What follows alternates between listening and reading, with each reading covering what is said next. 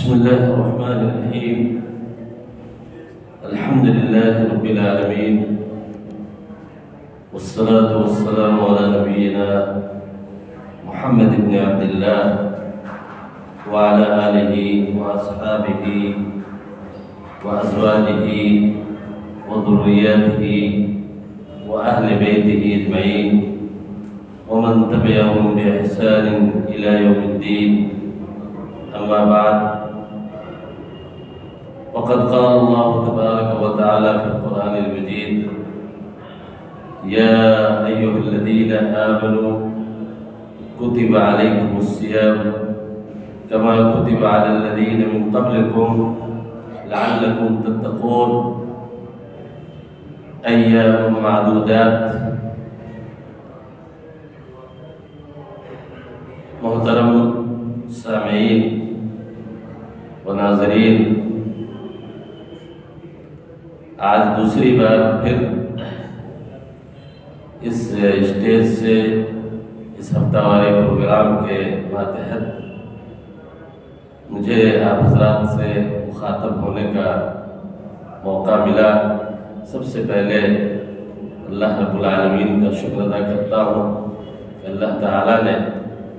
ہمیں اس مبارک مہینے میں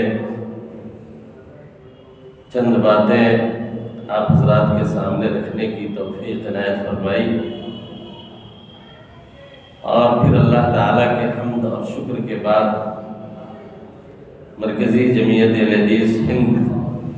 کے تمام ذمہ داران، بالخصوص امیر محترم مولانا اصغر علی مہدی سلفی مدنی حفظہ اللہ،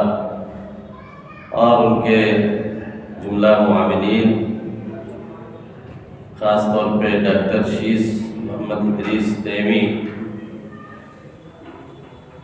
یہ سب ہمارے شکریہ کے مستحق ہیں. ہم ان کو مبارکباد دیتے ہیں کہ مرکزی جمعیت کے اس بینر تلے انہوں نے آن لائن سامعین کے لیے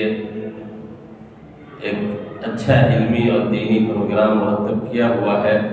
جس سے بہت سے لوگ فائدہ اٹھاتے ہیں.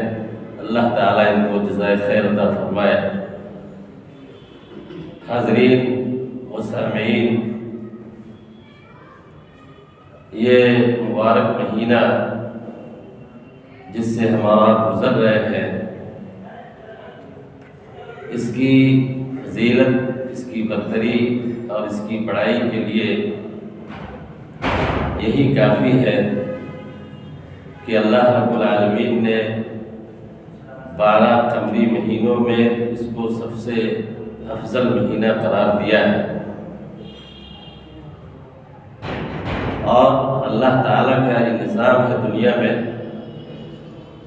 کہ وہ زمان و مکان کے اعتبار سے بعض چیزوں کو بعض چیزوں پہ فوقیت اور برتری عطا فرماتا ہے.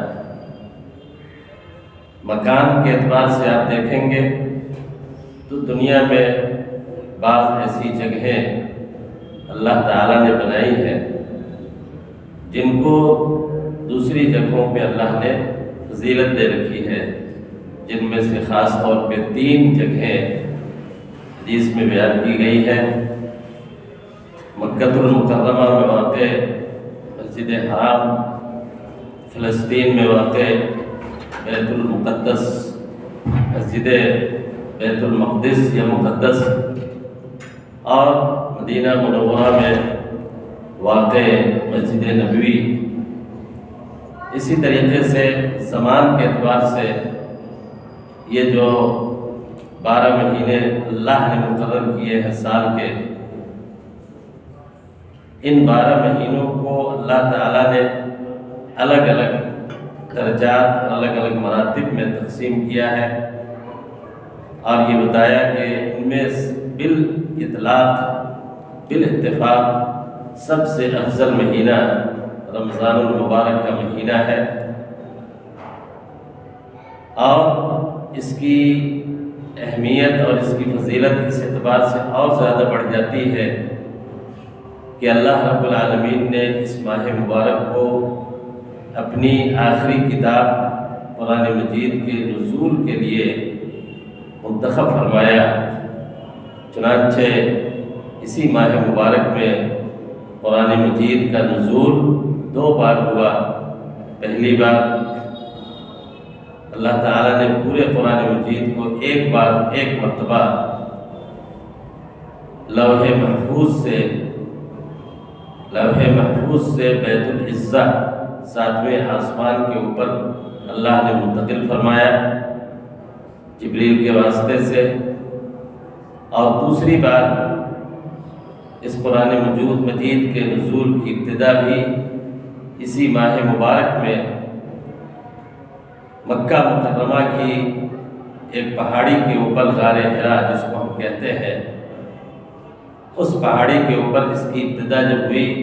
وہ بھی رمضان کا مہینہ تھا، رمضان کی 24 تاریخ تھی۔ نبی کریم صلی اللہ علیہ وسلم پہ پہلی 5 آیتیں اسی ماہ مبارک میں نازل ہوئیں، اور پھر اس کے بعد اس کے نزول کا سلسلہ چلتا رہا یہاں تک کہ 23 سال میں پورا قرآن مجید نازل ہوا۔ حضرات، ہمیں آج کی اس محفل میں خاص طور پہ ایک موضوع پہ گفتگو کرنی ہے، اور وہ ہے کہ وہ کون سی ایسی چیزیں ہیں جن کے کرنے سے یا جن کے صادر ہو جانے سے انسان کا روزہ فاسد ہو جاتا ہے، باطل ہو جاتا ہے، خراب ہو جاتا ہے، ٹوٹ جاتا ہے۔ دیکھیے، اس سلسلے میں سب سے پہلے تو بنیادی طور پہ ہمیں یہ سمجھنا ہوگا کہ بعض ایسے امور ہیں یا بعض ایسے آزار ہیں کہ جن کی وجہ سے روزہ ہم چھوڑ سکتے ہیں، روزہ کو ہمیں چھوڑنے کی اللہ تعالیٰ نے اجازت دی ہے، اور بعد میں اس کی تکمیل کی جائے گی۔ لیکن بعض ایسے امور ہیں، بعض ایسی چیزیں ہیں کہ جن کو کرنے سے انسان کا روزہ فاسد ہو جاتا ہے، ٹوٹ جاتا ہے، اور پھر اس کی وجہ سے اس کو یا تو اس کے عوض میں اس کے کفارے کے طور پہ، سزا کے طور پہ جرمانہ ادا کرنا پڑتا ہے، کفارہ ادا کرنا پڑتا ہے، اور پھر بعد میں یا تو اس کی قضا بھی کرنی پڑتی ہے۔ تو ہم بہت اختصار کے ساتھ آپ حضرات کے سامنے نمبر وائز ان چیزوں کو رکھتے ہیں جن سے انسان کا روزہ فاسد ہو جاتا ہے، ٹوٹ جاتا ہے۔ اس میں سب سے پہلی چیز ہے جان بوجھ کر کھانا اور پینا۔ قرآن مجید میں اللہ رب العالمین نے ارشاد فرمایا ہے کہ وَكُلُوا وَاشْرَبُوا حَتَّى يَتَبَيَّنَ لَكُمُ الْخَيْطُ الْأَبْيَضُ مِنَ الْخَيْطِ الْأَسْوَدِ مِنَ الْفَجْرِ وَأَتِمُّوا الصِّيَامَ إِلَى اللَّيْلِ۔ روزے کی حالت میں اللہ تعالیٰ فرما رہا ہے کہ کھاؤ پیو رات کے وقت یہاں تک کہ صبح صادق طلوع ہو جائے، فجر طلوع ہو جائے، اور پھر اس کے بعد روزے کھانے پینے سے رک جاؤ اور روزے کو غروب آفتاب تک مکمل کرو۔ اس سے اس آیت کریمہ سے یہ پتہ چلا کہ روزے کی حالت میں جان بوجھ کر کے کھانا یا پینا یہ ہمارے روزے کو فاسد کر دیتا ہے، ختم کر دیتا ہے، توڑ دیتا ہے۔ اسی سے علماء نے یہ استدلال کیا ہے کہ چونکہ انسان کے حلق کے ذریعے معدہ میں داخل ہونے والی چیز جو بھی ہو، چاہے اس کے اندر غذائیت ہو یا غذائیت نہ ہو، اگر کوئی انسان اپنے حلق کے ذریعے اپنے معدے تک کسی بھی چیز کو داخل کرتا ہے تو اس سے اس کا روزہ ٹوٹ جائے گا، اور اس میں حلق کے ذریعے پیٹ میں داخل کرنے کے دو ہی راستے ہیں۔ ایک راستہ تو انسان کا منہ ہے اور دوسرا راستہ ناک ہے۔ تو ان دو راستوں سے اگر کوئی چیز انسان کے حلق کے ذریعے حلق کے نیچے چلی جائے تو اس سے انسان کا روزہ ٹوٹ جائے گا، فاسد ہو جائے گا۔ یہ قرآن مجید کی اس آیت کریمہ سے واضح طور پہ یہ بات سمجھ میں آتی ہے۔ البتہ اگر کوئی شخص روزے کی حالت میں ہے لیکن وہ اس کو یاد نہیں رہا، بھول گیا کہ وہ روزے سے ہے، اور بھول کر کے اس نے کھانا کھا لیا کچھ، یا پانی پی لیا، یا کوئی چیز حلق کے اندر داخل کر لیا، تو ایسی صورت میں اس کا روزہ فاسد نہیں ہوگا، نہیں ٹوٹے گا۔ اور اس کی دلیل حضرت ابو ہریرہ رضی اللہ تعالیٰ عنہ کی حدیث ہے، جس میں نبی کریم صلی اللہ علیہ وسلم نے فرمایا کہ من نسی وهو صائم فاكل او شرب فليتم صومه فانه رزق رزقه الله تعالی، یعنی اگر کوئی آدمی روزے کی حالت میں ہے، رمضان کے مہینے میں روزہ رکھ رہا ہے، اور وہ بھول گیا، اور بھول کر کے اس نے کھانا یا پانی پی لیا ہے، کھا لیا، تو خیال آنے کے بعد یا کسی کے بتانے کے بعد اب اس کے لیے یہ حکم ہے اسلام کا کہ وہ روزے کو جاری رکھے، اس کا روزہ فاسد نہیں ہوا، اور بلکہ اللہ کے نبی صلی اللہ علیہ وسلم نے اس حدیث میں یہ فرمایا کہ یہ جو اس نے کھا پی لیا، یہ اللہ تعالیٰ کی جانب سے ایک طرح سے اس کو تحفہ کے طور پہ، ہدیہ کے طور پہ اللہ نے اس کو کھلا دیا، بشرطے کہ یہ نسیان کی کیفیت میں یہ عمل ہوا۔ اسی طریقے سے میرے بھائیوں، ناک اور منہ کے ذریعے اگر کوئی بھی چیز انسان معدے کے اندر حلق کے ذریعے داخل کرتا ہے تو اس سے روزہ اس کا فاسد ہو جائے گا، چاہے اس کے اندر غذائیت ہو یا نہ ہو۔ یہ کوئی ضروری نہیں ہے کہ غذا والی چیز ہی داخل کرے تبھی اس کا روزہ فاسد ہوگا۔ البتہ ان دونوں کے علاوہ، ناک اور منہ کے علاوہ اور کسی راستے سے جسم کے اندر اگر کوئی چیز داخل کی جاتی ہے یا پہنچائی جاتی ہے تو وہاں پہ یہ دیکھنا پڑے گا کہ اس چیز کے اندر غذائیت ہے یا نہیں، پھر وہاں پہ غذائیت کا اعتبار ہوگا۔ اگر اس چیز کے اندر غذائیت ہے جس سے اس کے جسم کو طاقت اور قوت حاصل ہو رہی ہے تو پھر اس سے روزہ اس کا فاسد ہو جائے گا۔ مثال کے طور پہ اس کو انجیکشن کے ذریعے کوئی ایسی چیز انجیکٹ کی جائے اس کے جسم میں جس سے اس کے اندر توانائی پیدا ہو جائے، قوت آ جائے، نس کے ذریعے یا چمڑے گودے کے ذریعے ہی کسی بھی طریقے سے یا اور کسی بھی راستے سے جسم میں غذائی چیزوں کو اگر داخل کیا جاتا ہے یا ایسی چیز جس کے اندر غذائیت ہے تو اس سے انسان کا روزہ فاسد ہو جائے گا۔ لیکن اگر اس کے اندر غذائیت نہیں ہے، مثال کے طور پہ انجیکشن لگواتے ہیں ہم بیماری کے لیے، ایک آدمی بیمار ہے، ڈاکٹر نے اس کو انجیکشن کے لیے کہا ہوا ہے، چاہے وہ انجیکشن اس کے جسم میں لگے یا اس کی نس میں یا رگ میں، تو اس سے اس کا روزہ فاسد نہیں ہوگا، اس لیے کہ وہ انجیکشن علاج کے لیے ہے، دوا کے لیے ہے، وہ غذائیت کا فائدہ نہیں دیتا ہے۔ اسی طریقے سے میرے بھائیوں، ہر وہ عمل یا ہر وہ چیز، آج کے زمانے میں بہت ساری چیزیں ہیں کہ جو بغیر واسطے کے یا ڈائریکٹ نہیں انڈائریکٹ انسان کے جسم کے اندر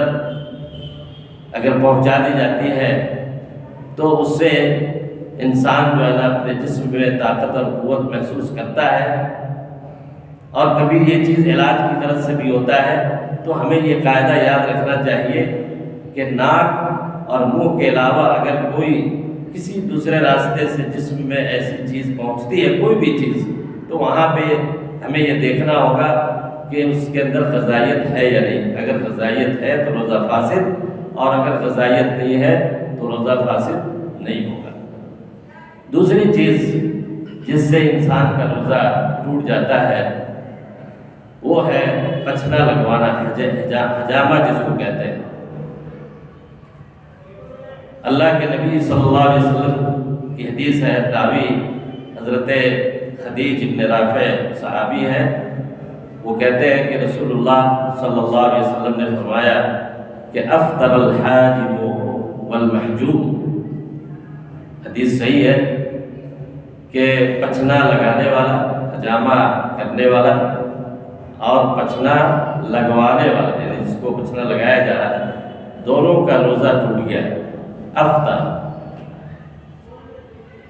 یہ حدیث واضح طور پہ یہ بتا رہی ہے کہ حجامہ کا جو عمل ہے، پچھنا لگانے کا جو کام ہے،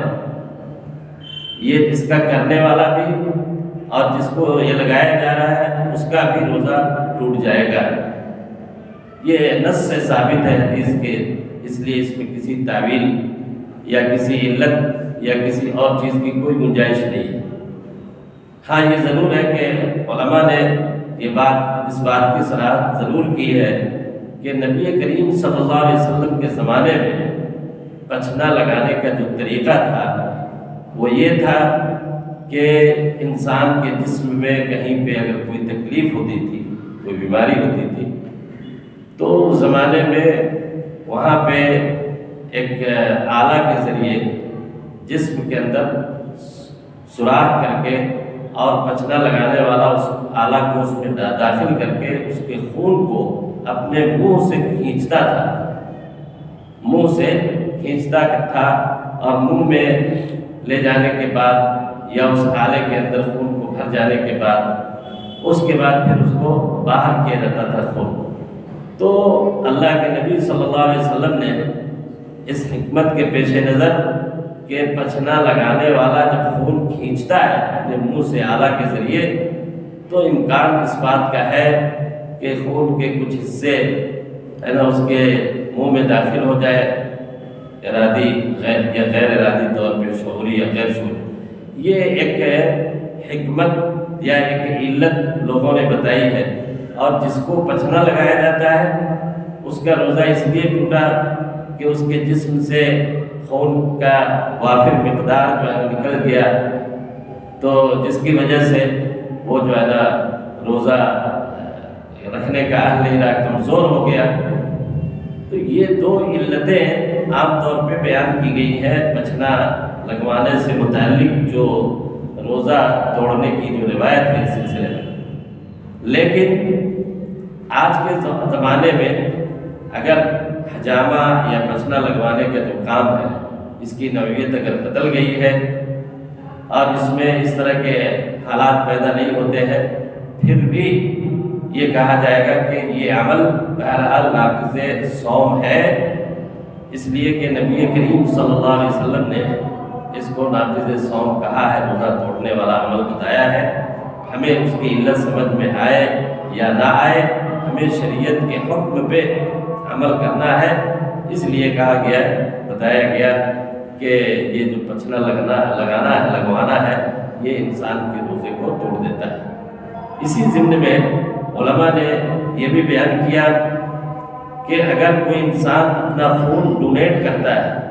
خون عطیہ کرتا ہے، تو یہ بھی اسی ضمن میں آئے گا کہ خون کی مقدار زیادہ جسم سے نکالنے پہ وہ گویا کہ اس کی مثال اس کی ہوگی جیسے کسی کو پچھنا لگایا گیا ہو، تو خون ڈونیٹ کرنے کی صورت میں زیادہ مقدار میں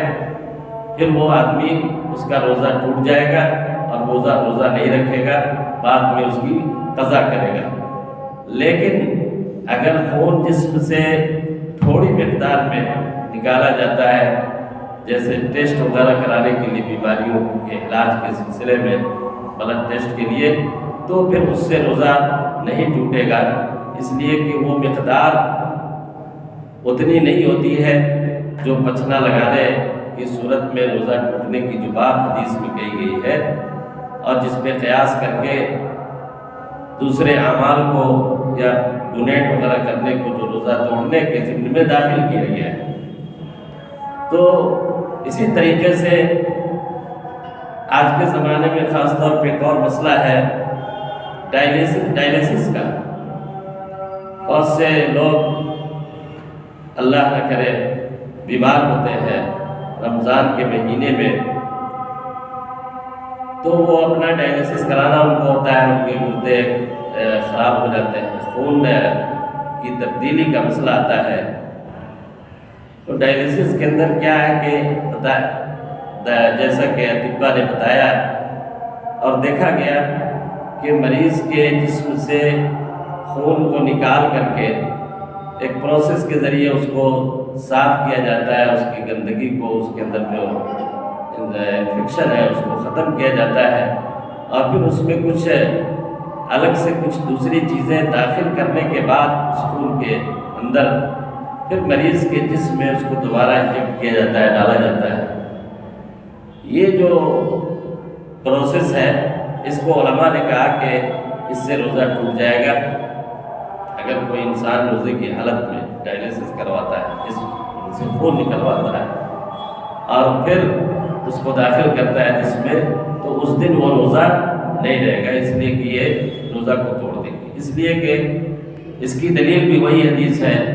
جو ابھی آپ نے سنی کہ پچھنا لگوانے والے کے بارے میں اللہ کے نبی صلی اللہ علیہ وسلم نے فرمایا کہ اس کا روزہ ٹوٹ جائے گا۔ تیسری چیز جو ہمارے روزے کو فاسد کر دیتی ہے، توڑ دیتی ہے میرے بھائیوں، وہ ہے جمع، بیوی سے مجامعت کرنا، یا کہہ لیجئے کہ مطلق جو ہے نا جمع کرنا، مجامعت کرنا، یہ انسان کے روزے کو فاسد کر دیتا ہے۔ اگر کوئی انسان اپنی شرمگاہ کو کسی دوسرے کی شرمگاہ کے اندر داخل کر دے اور چاہے منی کا نزول ہو یا نہ ہو، اس سے روزہ فاسد ہو جائے گا، روزہ باطل ہو جائے گا، ٹوٹ جائے گا۔ اور پھر اس صورت میں یہ عمل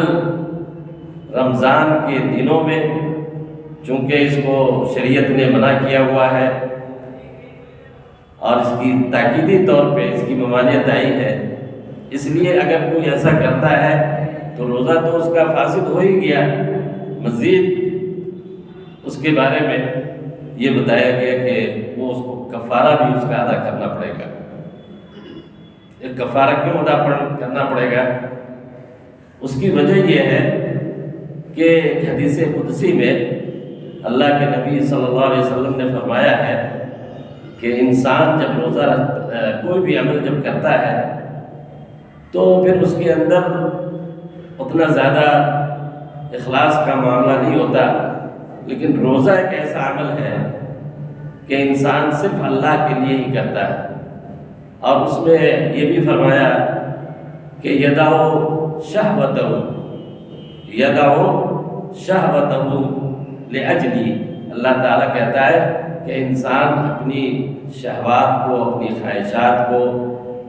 یہ میرے وجہ سے، میری خاطر، میری رضا کے لیے چھوڑ دیتا ہے۔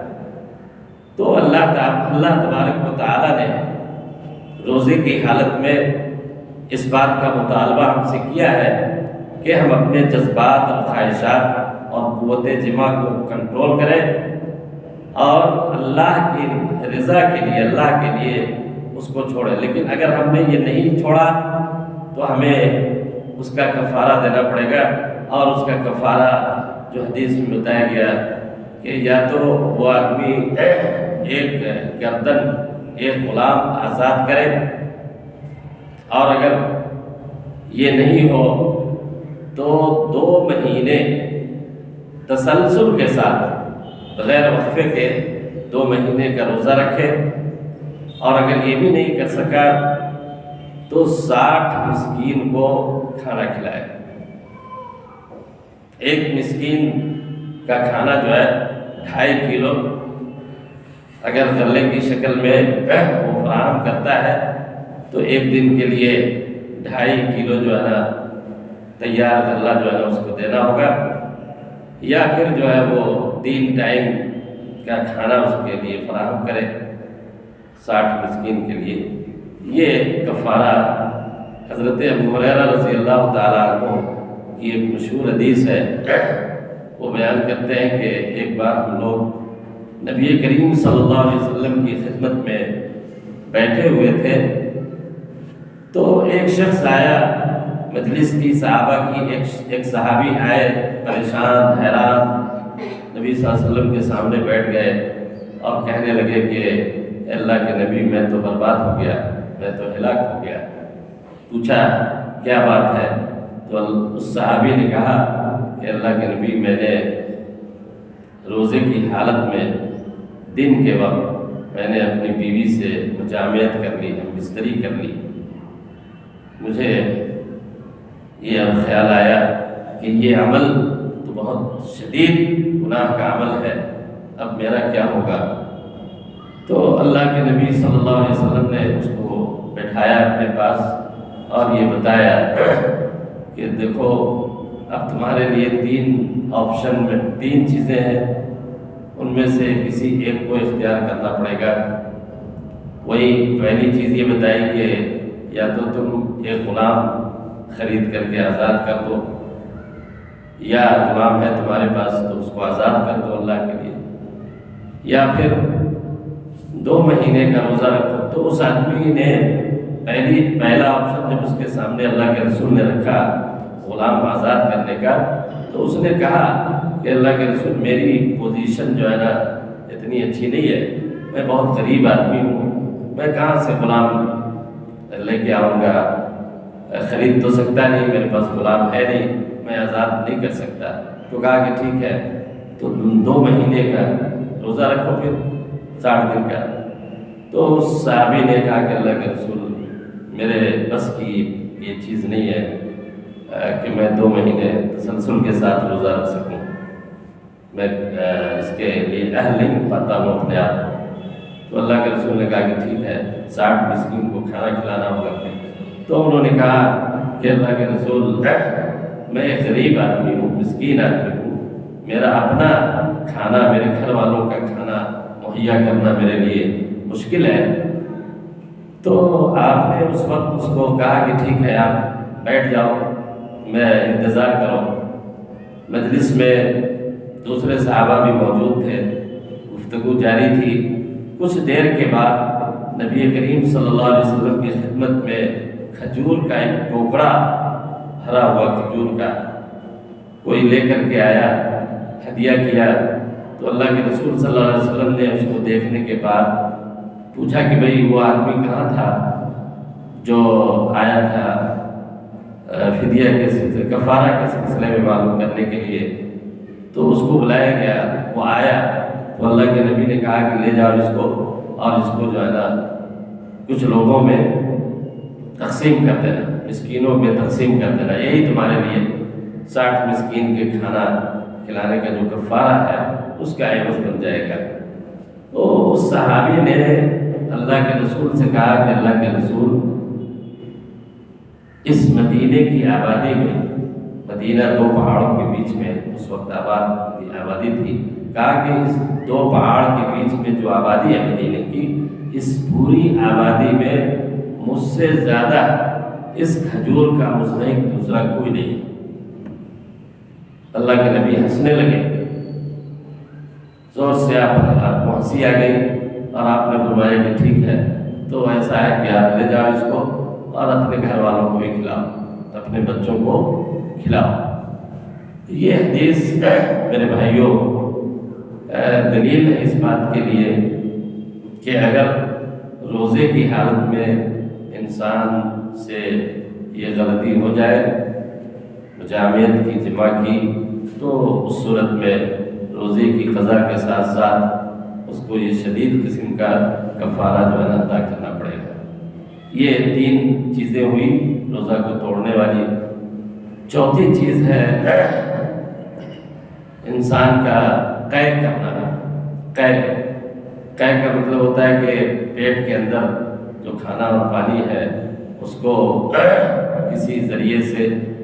یا بالقوہ طاقت کے ذریعے سے یا اور کسی ذریعے سے حلق کے راستے باہر نکالنا ہے نا۔ تو اس سلسلے میں حضرت ابو ہریرہ رضی اللہ تعالیٰ عنہ کی حدیث ہے، اللہ کے نبی صلی اللہ علیہ وسلم نے فرمایا کہ من قاء فعلیہ صوم، جس نے قے کیا یعنی جس نے الٹی کی، قے کر لی ہے نا، تو اس کے بارے میں فرمایا کہ وہ جو ہے نا روزے کی قضا نہیں کرے گا، ولیکن من استطاع فعلیہ الصوم، اگر کوئی جان بوجھ کر کے قے کرتا ہے، الٹی کرتا ہے، تو پھر اس کے لیے روزے کی قضا بھی ہے، اس کا روزہ بھی فاسد ہو جائے گا۔ لیکن خود بخود اگر قے آ جائے انسان کو کسی وجہ سے، کسی بیماری کی وجہ سے یا اور کسی وجہ سے الٹی ہو جائے، تو پھر اس کا روزہ فاسد نہیں ہوگا۔ لیکن اگر جان بوجھ کر کے کوئی الٹی کرتا ہے یا کرایا جاتا ہے کسی کو، ممکن ہے کہ ایسے حالات پیدا ہو جائے دن میں کہ اس کو ڈاکٹر کے ذریعے اور کسی کے ذریعے کہا جائے کہ اس کے جس پیٹ سے ساری چیزیں نکلوائی جائیں، الٹی کرائی جائے، تو اس صورت میں پھر اس کا روزہ جو ہے نا فاسد ہو جائے گا اور اس سے اس کا روزہ ٹوٹ جائے گا۔ یہ بھی روزہ توڑنے والی چیزوں میں داخل ہے۔ اسی طریقے سے میرے بھائیوں، 5ویں چیز جو ہے جو انسان کے روزے کو توڑ دیتی ہے وہ ہے انسان کا نیت کر لینا، روزے کو توڑنے کی نیت کر لینا۔ دیکھیے اسلام میں نیت کا دخل ہر چیز میں ہے۔ اللہ کے نبی صلی اللہ علیہ وسلم کی حدیث ہے، آپ فرماتے ہیں کہ انما الاعمال بالنیات، انما الاعمال بالنیات، کہ سارے اعمال جتنے ہمارے ہیں ان کے اجر و ثواب کا معاملہ انسان کی نیتوں کے اوپر ہی موقوف ہے۔ اگر آپ نے نیت کی تو وہ عمل آپ کے لیے ثواب کا ذریعہ ہے، اور اگر آپ کی نیت نہیں ہے تو پھر وہ، اسی لیے روزے کے سلسلے میں بھی حدیث میں ہے کہ انسان کو رات میں ہی فرض روزے کی نیت کرنی ضروری ہے، سحری سے پہلے، بلکہ سحری اگر آدمی کھائے تو اسی نیت سے ظاہر ہے وہ نیت ہی میں داخل ہے۔ تو بغیر نیت کیے ہوئے روزہ بھی انسان کا جو ہے فرض روزہ اگر ہے تو وہ صحیح نہیں ہے۔ اسی طریقے سے اگر کوئی شخص روزے سے ہے دن میں، لیکن اس نے پورا ارادہ کر لیا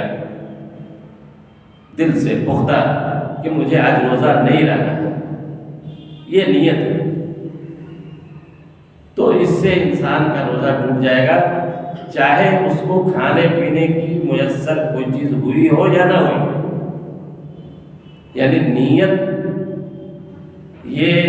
کافی ہے اس کے روزے کو توڑنے کے لیے، کھانا اور پینا پھر اس کے بعد جو ہے نا یہ حاصل ہو یا نہ ہو یہ الگ چیز ہے۔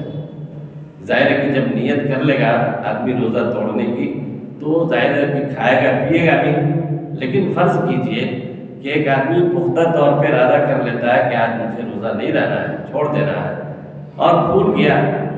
ہے نا، پھر وہ نہیں کھا پایا یا نہیں پی پایا، تو اس نیت کی وجہ سے اس کا یہ عمل جو ہے نا ختم ہو گیا اور وہ روزہ اس کا شمار نہیں ہوگا۔ تو یہ بھی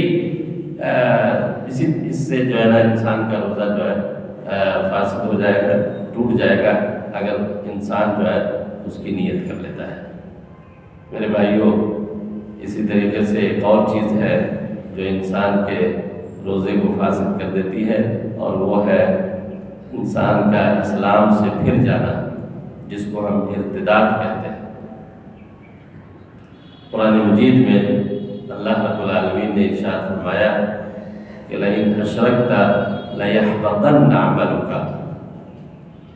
کہ اگر تم نے شرک کیا، اللہ کے ساتھ کسی کو شرک ٹھہرایا، شریک ٹھہرایا، تو پھر سارے تمہارے اعمال بیکار رائے گا، کوئی فائدہ نہیں ہے۔ ایک انسان ہے، مسلمان ہے، روزے سے ہے، لیکن نعوذ باللہ وہ دن میں جو ہے نا روزے کی حالت میں مرتد ہو گیا، اور مرتد ہوا، اور پھر جو ہے نا شام ہوتے ہوتے پھر جو ہے نا وہ مطلب واپس ہو گیا۔ تو ارتداد کی حالت میں چونکہ انسان کا کوئی بھی عمل اللہ تعالیٰ کے نزدیک قابل قبول اس وقت ہوگا جب آپ ایمان کی حالت میں ہوں، اسلام کی حالت میں۔ اللہ کے نبی صلی اللہ علیہ وسلم نے فرمایا کہ من صام رمضان ایمانا واحتسابا غفر له ما تقدم من ذنبه۔ روزے کے لیے دو شرطیں لگائی گئی ہے اس حدیث میں۔ ایک ایمان کی حالت، آپ روزہ رکھ رہے ہیں، روزہ آپ کا اسی وقت معتبر ہے جب آپ حالت ایمان میں ہیں۔ تو اگر کوئی آدمی مرتد ہو گیا، اسلام سے پھر گیا، تو پھر خود بخود جو ہے نا اس کا روزہ فاسد ہو گیا، ٹوٹ گیا، اور اس کے روزے کا کوئی اعتبار جو ہے نا نہیں رہا۔ تو یہ وہ چند امور تھے جن کی وجہ سے روزے کو فاسد قرار دیا گیا ہے، اور یہ کہا گیا ہے کہ امور کی وجہ سے انسان کا روزہ جو ہے نا فاسد ہو جاتا ہے۔ تو انہی چند کلمات پہ میں اپنی بات کو ختم کرتے ہوئے اللہ رب العالمین سے دعا کرتا ہوں کہ اللہ تعالیٰ ہم سب کے روزوں کو اللہ تعالیٰ قبولیت سے نوازے، اللہ تعالیٰ ہماری عبادتوں کو قبول فرمائے، اور اللہ تعالیٰ ہمیں نیک عمل کی توفیق عنایت فرمائے۔ وآخر دعوانا الحمد للہ رب العالمین۔